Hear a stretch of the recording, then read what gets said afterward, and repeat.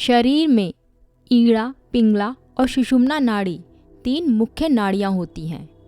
ये तीनों नाड़ियाँ मेरुदंड से जुड़ी होती हैं। ईड़ा और पिंगला नाड़ी आपकी दाएं और बाएं नासिका में चलती है और बीच में आपकी सुषुम्ना नाड़ी चलती है। ईड़ा और पिंगला नाड़ी में आपके विचार ही भरे रहते हैं, जिसके जरिए आप सुषुम्ना नाड़ी में नहीं पहुंच पाते हैं। सुषुम्ना नाड़ी को ब्रह्मा नाड़ी भी कहा जाता है। सुषुम्ना नाड़ी रीढ़ की हड्डी के आधार पर उत्पन्न होकर ऊपर की ओर जाती है। यह नाड़ी बीच में होती है और रीढ़ की हड्डी की नली के साथ साथ चलती है। सुषुम्ना नाड़ी मूलाधार चक्र से शुरू होकर सहस्त्रार चक्र में विलीन होती है। सुषुम्ना नाड़ी में ऊर्जा का प्रवेश होने पर वैराग्य आता है। सुषुम्ना नाड़ी में ऊर्जा का प्रवेश होने पर अंदरूनी संतुलन मिलता है। सुषुम्ना नाड़ी में ऊर्जा का प्रवेश होते ही व्यक्ति निष्पक्ष हो जाता है। सुषुम्ना नाड़ी से श्वास प्रवाहित होने की अवस्था को ही योग कहा जाता है। दोस्तों, सुषुम्ना नाड़ी योग और तंत्र में बहुत महत्वपूर्ण है। सुषुम्ना नाड़ी सरस्वती नदी से मेल खाती है।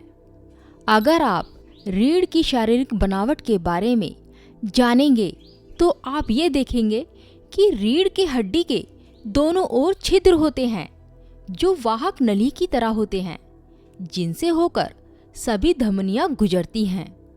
ये ईड़ा और पिंगला बाएं और दाहिनी नाड़ियां होती हैं। शरीर के ऊर्जा कोश में, जिसे प्राणमय कोश कहा जाता है, उसमें 72,000 नाड़ियां होती हैं। नाड़ी का मतलब धमनी या नस नहीं है दोस्तों। नाड़ियां शरीर में उस मार्ग की तरह होती हैं जिनसे प्राण का संचार होता है। इन 72,000 नाड़ियों का कोई भौतिक रूप नहीं होता है। यानी अगर आप इस शरीर को काट कर इन्हें देखने की कोशिश करें तो आप इन्हें नहीं देख सकते हैं दोस्तों। लेकिन जैसे जैसे आप अलर्ट होते जाएंगे तो आप इन्हें देख सकते हैं कि ऊर्जा की गति वह तय रास्तों से होकर गुजर रही है। प्राण या ऊर्जा 72,000 अलग अलग रास्तों से होकर गुजरती हैं।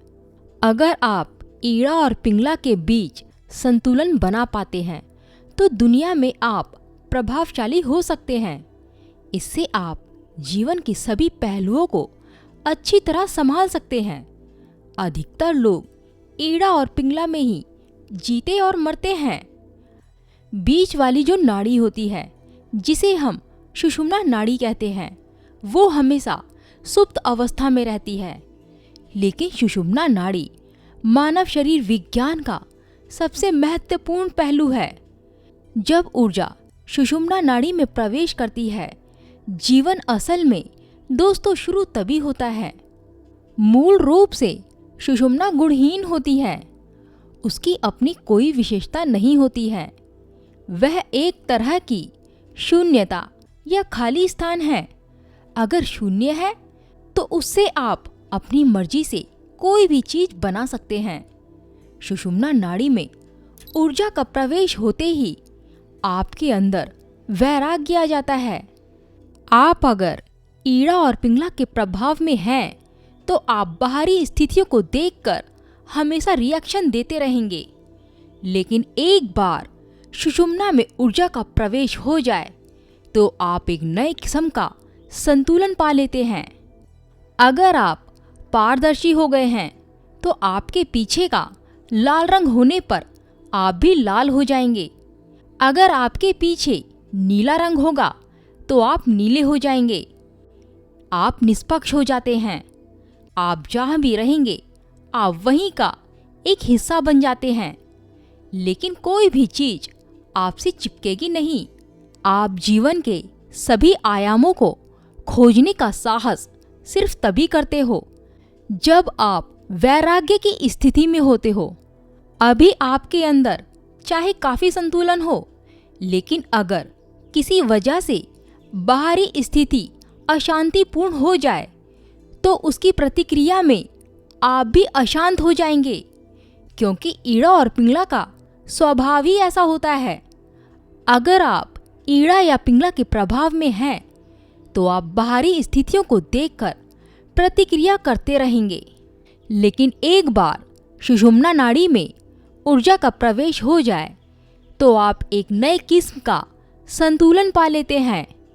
एक अंदरूनी संतुलन जिसमें बाहर चाहे जो भी हो, आपके अंदर एक खास जगह होती है जो किसी भी तरह की हलचल में कभी अशांत नहीं होती, जिस पर बाहरी स्थितियों का असर नहीं पड़ता।